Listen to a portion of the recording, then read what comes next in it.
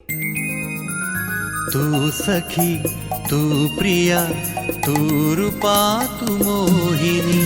स्वामिनी, स्वामिनी, स्वामिनी. स्वामिनी अत्याधुनिक आणि पारंपरिक साड्यांचं विलोभनीय दालन. तुमची आवड जाणणारं, तुमचं सौंदर्य उजळवणारं स्वामिनी. सौभाग्य सुंदर लेऊनी वसने उभी मन भावनी. स्वामिनी विझिलँड बिल्डिंग, कुमठेकर रोड, पुणे. साड्यांची महाराणी स्वामिनी. मंडळी, आपल्याला माहिती आहेच, स्वामिनी साड्यांची महाराणीतर्फे आपण दरवर्षी नवनवीन कल्पना घेऊन स्वामिनीचे कॅलेंडर तयार करत असतो. 2026 या नव्या वर्षाचं स्वागत करताना आम्ही स्वामिनीतर्फे आपल्यासाठी घेऊन आलो आहोत निवडक आणि मनमोहक अशा 12 साड्यांच्या आपल्या कल्पक कलाकुसरींनी विणकाम करणाऱ्या विणकरांच्या कथा. तेव्हा लगेचच कुमठेकर रोडवरच्या साड्यांची महाराणी स्वामिनीला भेट द्या. भरपूर साड्या खरेदी करा आणि स्वामिनीचे कथा विणकऱ्यांच्या हे कॅलेंडर मोफत मिळवा. स्वामिनी साड्यांची महाराणी, Busyland building, Kumthekar road, Pune. स्वामिनीच्या इंस्टाग्राम आणि फेसबुक पेजला नक्की फॉलो करा. श्रोतेहो नमस्कार. आपल्याला माहिती आहेच, स्वामिनीतर्फे आपण दरवर्षी नवनवीन कल्पना घेऊन स्वामिनीचं कॅलेंडर तयार करत असतो. यावर्षी कथा विणकरांच्या हा विषय घेऊन नवीन वर्षाचं कॅलेंडर घेऊन आलो आहोत.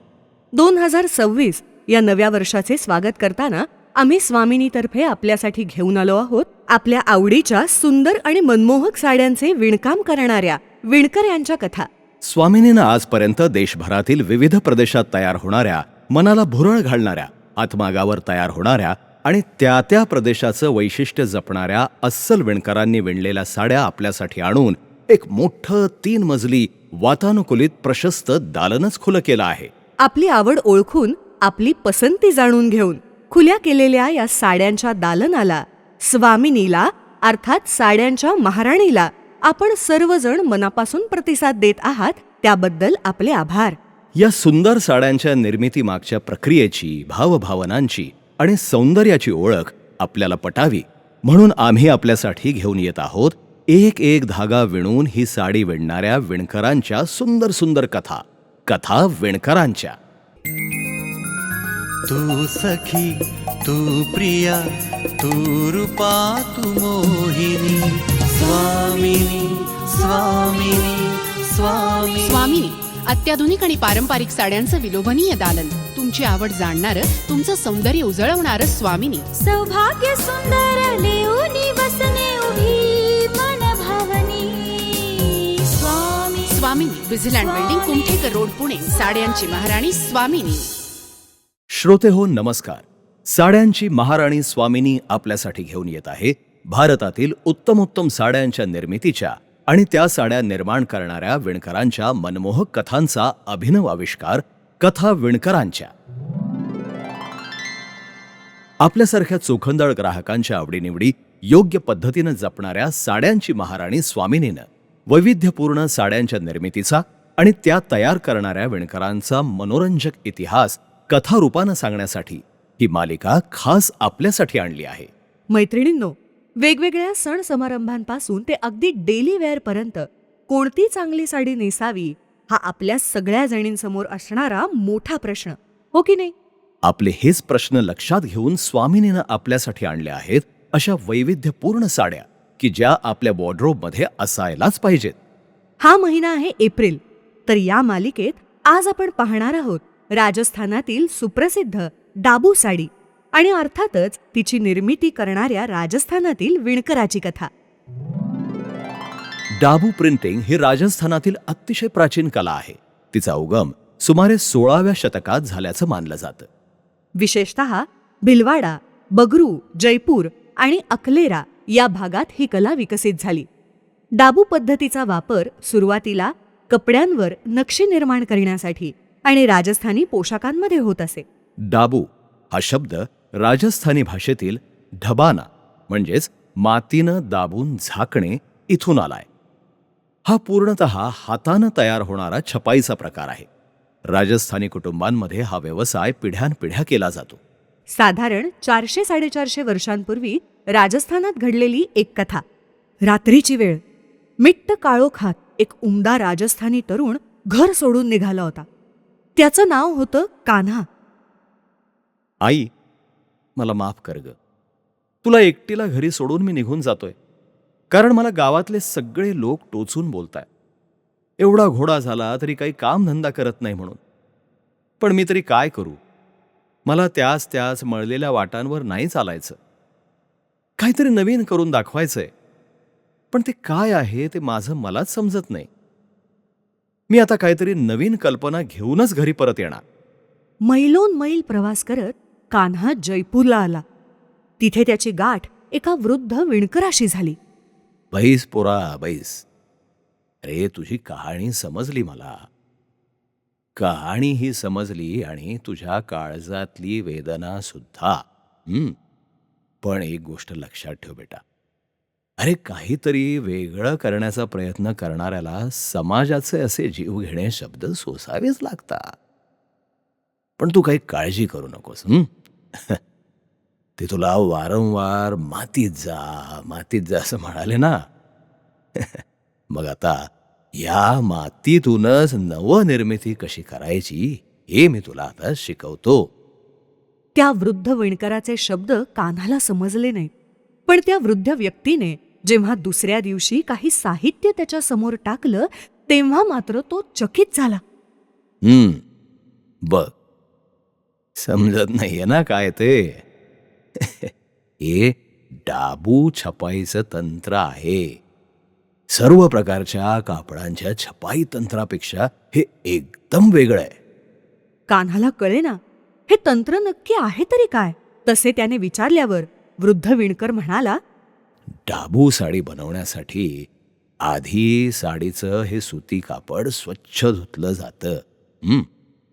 या डाबू छपाईमध्ये कापडावर प्रथम माती, चुनखडी आणि गोंदाचं चिखलासारखं हे मिश्रण विशिष्ट रचनात्मक आकारात लावून कापडाचे हे भाग झाकले जातात. आणि मग हे चिखलाने रचनात्मक आकार काढलेले कापड कडक उन्हामध्ये वाळवलं जातं. चिखल लवकर वाळावा यासाठी त्यावर असा भुसा पेरला जातो. कान्हाला आता या प्रकारात हळूहळू रस निर्माण व्हायला लागला होता. समजलं का बेटा? आता या कापडावर रंगकाम करायचं. हा मातीनं झाकलेला भाग आहे ना, त्याला सोडून कापडावर इतरत्र रंग लावायचे. आणि त्या वाळलेल्या चिखलाच्या कडांमधनं कापडावर जो हा रंग पाझरतोय ना, बघ, त्यातनं एक अद्भुत अशी नक्षी तयार होतीये. डाबू साडीमध्ये वापरले जाणारे सगळे रंग नैसर्गिक असतात. तयार झालेले डिझाईन्स अत्यंत नाजूक असते. त्यामुळे विशेष करून त्यात फुलापानांची नक्षी चितारतात. समजलं का कान्हा? डाबू विणकामात प्रामुख्यानं निळा रंग वापरण्यात येतो. पण त्याचबरोबर काळा, हिरवा, लाल रंग हे सुद्धा वापरायची पद्धत आहे. आणि ही अत्यंत दुर्मिळ कला आहे बरं. सगळे समजावून घेत असताना कान्हाला एकच प्रश्न पडत होता. या सगळ्यात चिखल का वापरायचा? अरे वेड्या, हे बघ, वाळल्यानंतर या चिखलाला वेगवेगळ्या प्रकारे भेगा पडतात की नाही. अरे, त्या भेगांमधनं रंग कापडावर उतरतात, ज्यामुळे नाजूक शिरांसारखी नक्षी तयार होते आणि जी कापडाची खोली आणि सौंदर्य वाढवते. रंगकामाची ही अत्यंत अनोखी आणि नैसर्गिक शैलीच म्हणावी लागेल. डाबू साडीच्या प्रिंटिंगचं हे सगळ्यात महत्त्वाचं वैशिष्ट्य मानलं जातं. हळूहळू ही कला आत्मसात करीत असताना कान्हाला जाणवलं की त्याला लोकांना आश्चर्यचकित करणारं जे काही नवीन करायचं होतं ते म्हणजेच हे तंत्रज्ञान होतं. कान्हानं हे तंत्रज्ञान अत्यंत कष्टपूर्वक साध्य केलं आणि तो आपल्या गावी आला. तिथंच तो अनेक उत्तम साड्या विणू लागला. डाबू तंत्रानं त्या रंगवू लागला. लोक अचंबित झाले. कान्हाच्या आईचा आनंद गगनात मावेना. आता तो गावातला एक प्रतिष्ठित माणूस झाला होता. हे अनोखे तंत्रज्ञान राजस्थानी विणकरांनी परंपरेने जपले आहे.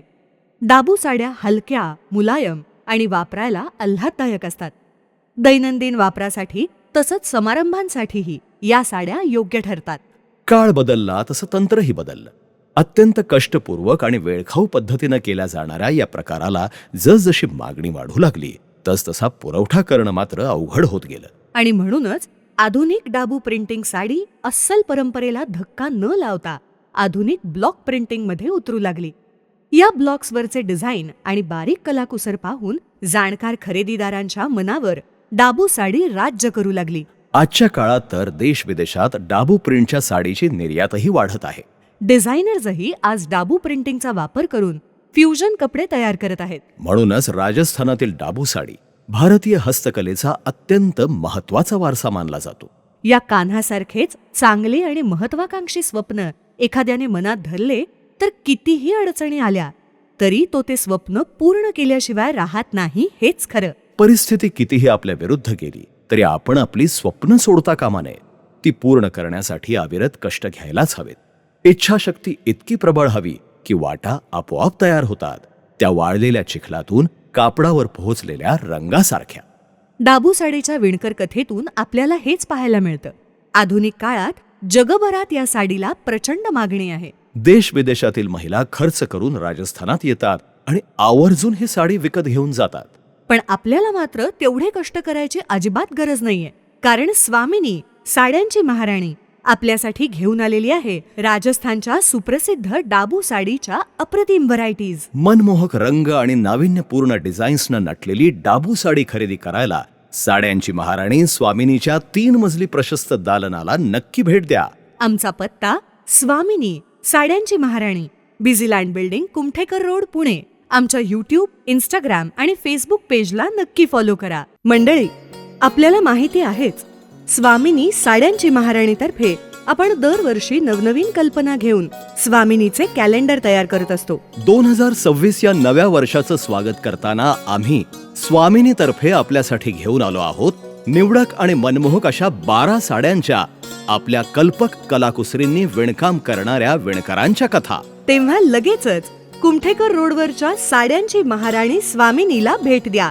भरपूर साड्या खरेदी करा आणि स्वामिनीचे कथा विणकर यांच्या हे कॅलेंडर मोफत मिळवा. स्वामिनी साड्यांची महाराणी, Busyland building, Kumthekar road, Pune. स्वामिनीच्या इंस्टाग्राम आणि फेसबुक पेजला नक्की फॉलो करा. तू सखी, तू प्रिया, तू रूपा, तू मोहिनी. स्वामिनी, स्वामिनी, स्वामिनी. स्वामिनी अत्याधुनिक आणि पारंपरिक साड्यांचं विलोभनीय दालन. तुमची आवड जाणणारं, तुमचं सौंदर्य उजळवणारं स्वामिनी. सौभाग्य सुंदर लेऊनी वसने उभी मन भावनी. स्वामी स्वामिनी, Busyland building, Kumthekar road, Pune. साड्यांची महाराणी स्वामिनी.